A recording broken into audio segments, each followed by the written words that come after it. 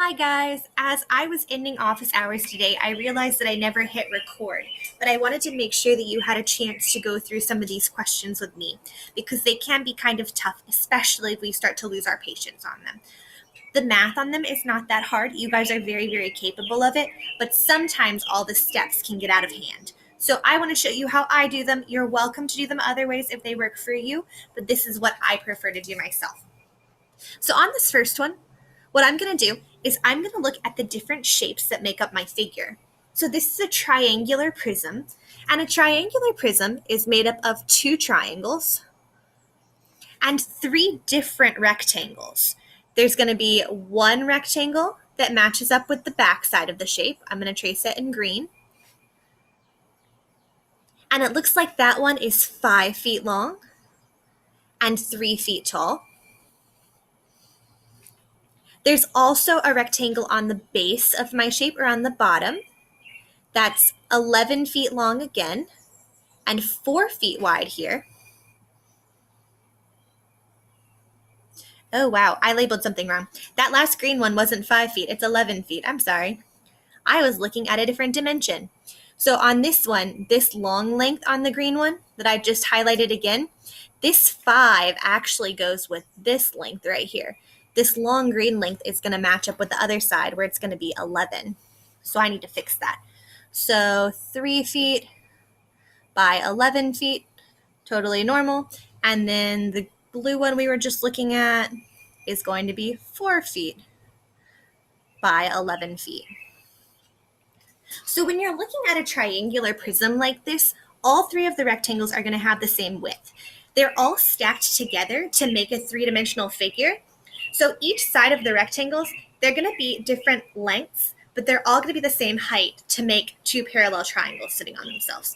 So if you see here, this one's got an 11, so does this one. And our third red one that I'm going to trace now is also going to have an 11-foot height.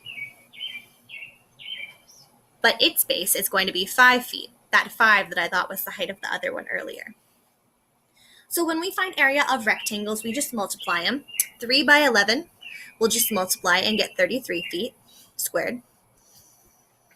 This one will be 4 times 11, so it'll be 44 feet squared.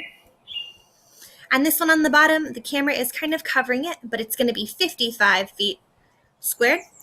And then for our triangles, we need to do base times height divided by 2. Well, when I look at this triangle on the end, I can see that there's a right angle in the corner. And I know that my base and my height have to make a right angle. So my base will be 4 and my height will be 3.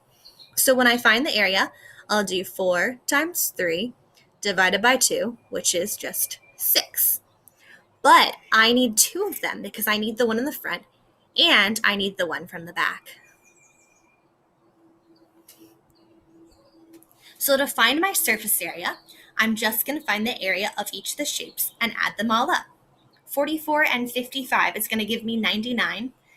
99 and 12 from these 6's will be 111, and 111 and 33 is going to give me 144. You're also welcome to use that calculator that's built into the screen. When I was on office hours today, I got one wrong that was just like this because I only added in one of my triangles. So remember, you need to add in all the faces. A good way to check for that is count the faces. Here we have 1, 2, 3, 4, 5. So I should have 1, 2, 3, 4, 5 numbers to add together. Let's look at the next one. Will it let me? I don't know if it'll let me or not. Nope, I just know how to turn myself. Okay, well, if you have more questions on these, please let me know. I'm happy to do more examples. Post them in Teams, and I can walk through step by step, and then others can see too. Enjoy your long weekend.